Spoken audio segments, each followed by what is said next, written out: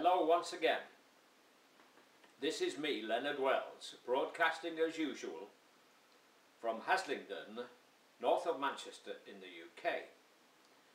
Today is Friday the 17th of September 2010 and I'm going to talk to you and reflect about Europe today.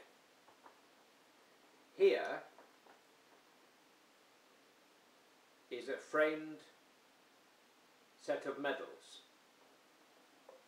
These are the medals that my father won while serving in the British Army during the Second World War, fighting the Nazis.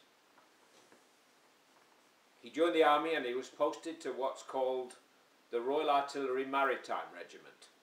During the war, we fitted our merchant ships, on which we relied heavily, with guns, and we needed gunners to man those guns. And my father volunteered for the army, and he was trained for that and posted to various merchant ships.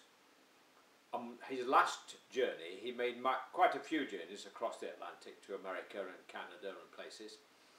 But in January '43 he left Liverpool and sailed for Australia, arriving in Melbourne in July. Unfortunately, a day or so later had a serious accident with a motor vehicle and died. So he died 10,000 miles away from this country, and my mother couldn't afford ever to go and visit his grave. So she had no grave by which to grieve.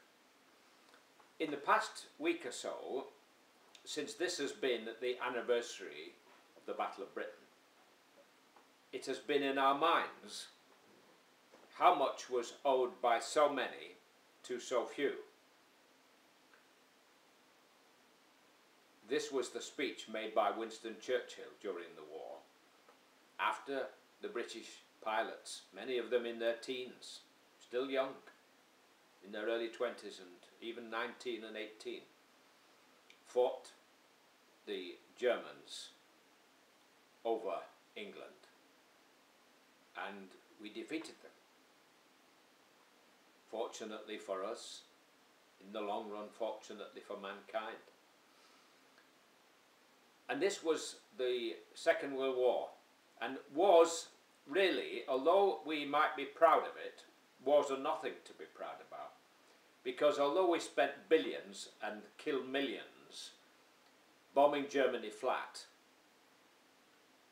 we had to spend more billions rebuilding Germany.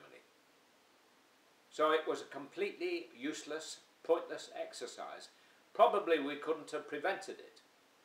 But anyway, what I'm coming to is that this was the climax of 2,000 years in Europe of butchering each other by the tens and hundreds of millions. 2,000 years. It took that calamity to bring us to our senses, and now 27 countries have joined the EU, and God willing we will have 2,000 years of peace in which to put everything right.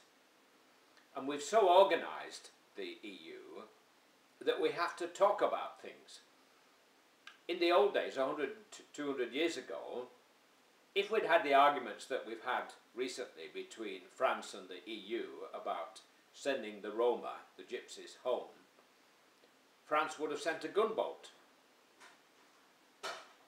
Or the EU would have sent a gunboat to lie off the coast of France. And then, before you know it, we would have been firing at each other, the French and the EU. And that's how it used to be.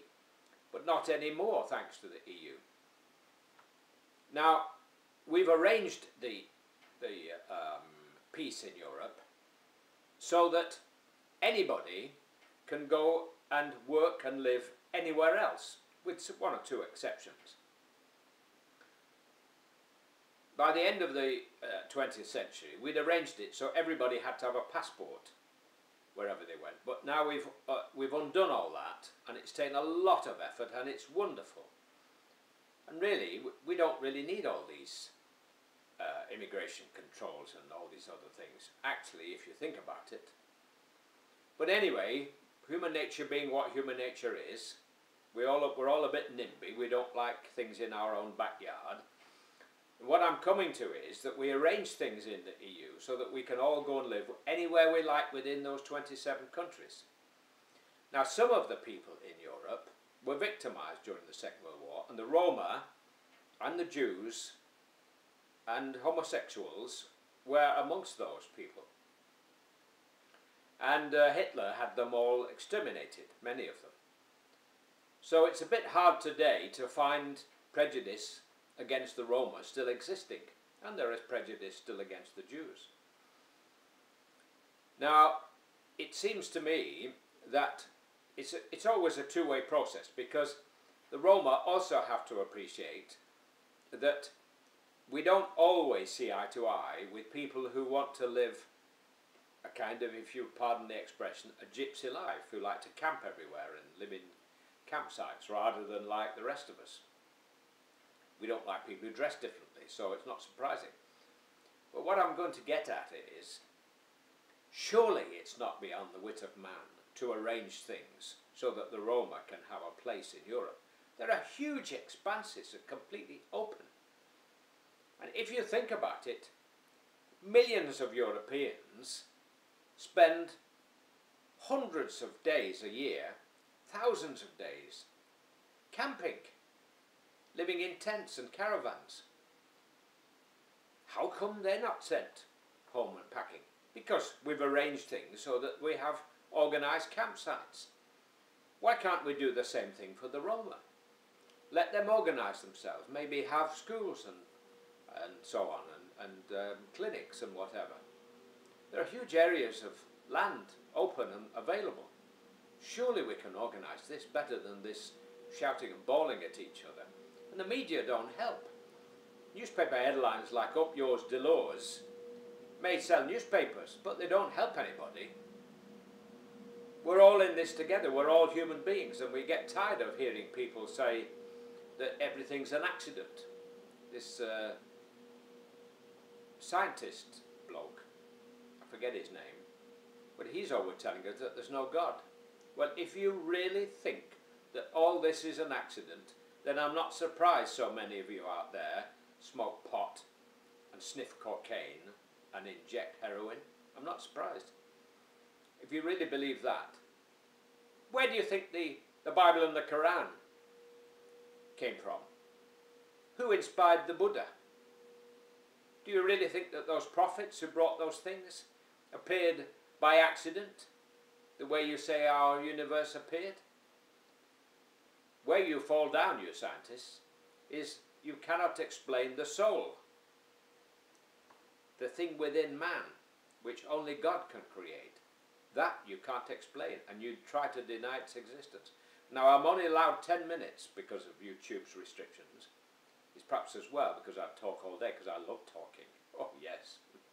I'm going to close now. I'm going to want you to think about it. Let's build some proper camps and organise things properly for the Roma. Come on. Come on.